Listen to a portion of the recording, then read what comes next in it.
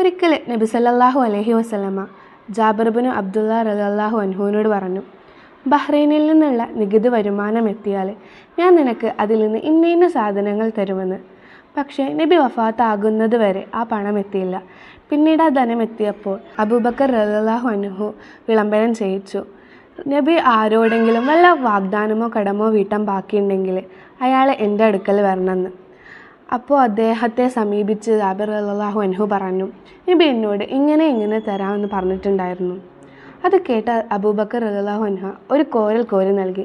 അത് എണ്ണി നോക്കിയപ്പോൾ ഏകദേശം 500 ദിർഹം ഉണ്ടായിരുന്നു. അദ്ദേഹം പറഞ്ഞു, ഹുദു മിസ്ലഹ, ഇതിന് സമാനമായത് എടുത്തുകൊള്ളുക. വാഗ്ദാനങ്ങൾ പാലിക്കുകയും കരാർ പൂർത്തീകരിക്കുന്നതും ഇസ്ലാമിക വിശ്വാസത്തിന് അനിവാര്യ താൽപ്പര്യങ്ങളാണ്. വിശുദ്ധ ഖുർആനിൽ സൂറത്തുൽ ഇസ്രായിൽ പറയുന്നുണ്ട്, നിങ്ങൾ കരാർ പൂർത്തീകരിക്കുക, നിശ്ചയമായും കരാറിനെ സംബന്ധിച്ച് ചോദിക്കപ്പെടും. നമ്മൾ ഓരോ ദിവസം കഴിയുമ്പോൾ പല സന്ദർഭങ്ങളിലായിട്ട് പലരെയും കണ്ടുമുട്ടാറുണ്ട്. അവരുടെ പലരോടായിട്ട് നമ്മൾ പല വാഗ്ദാനങ്ങളും ചെയ്യാറുമുണ്ട്. പക്ഷേ പിന്നെ ദിവസം കഴിഞ്ഞു പോകുമ്പോൾ നമ്മൾ അതിനെക്കുറിച്ച് മറക്കാറാണ്. ഇതൊരിക്കലും ഒരു ശരിയായ നടപടിയല്ല. നിറവേറ്റാൻ ഉദ്ദേശമില്ലാതെ നമ്മൾ ചെയ്യുന്ന എല്ലാ വാഗ്ദാനങ്ങളും വഞ്ചനകളാണ്. നമ്മൾ ചെയ്ത വാഗ്ദാനങ്ങൾ മാത്രമല്ല, നമ്മുടെ മാതാപിതാക്കൾ ആർക്കെങ്കിലും വല്ല വാഗ്ദാനം ചെയ്തിട്ടുണ്ടെങ്കിൽ അത് നിറവേറ്റാൻ നമുക്ക് കടമ ഉണ്ട്.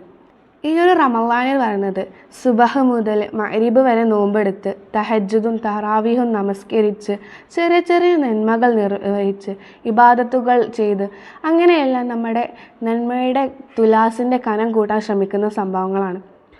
ഈ ഒരു സമയത്ത് നമ്മൾ നിസ്സാരമെന്ന് കരുതി തള്ളിക്കളയുന്ന ഈ ചെറിയ സംഭവങ്ങൾ നമ്മൾ നന്മയുടെ തുലാസിൻ്റെ കനം കുറയ്ക്കുകയും തിന്മയുടെ തുലാസിൻ്റെ കനം കൂട്ടുകയുമാണ് ചെയ്യുന്നത്. ഇതെല്ലാം നമ്മൾ ഈ ഒരു സമയത്ത് ശ്രദ്ധിക്കണം. അല്ലാഹു തആല നമ്മൾ അനുഗ്രഹിക്കുമാറാകട്ടെ. വാഹിർ ദഅ്വാന അനിൽ ഹംദുലില്ലാഹി റബ്ബിൽ ആലമീൻ. അസ്സലാമു അലൈക്കും.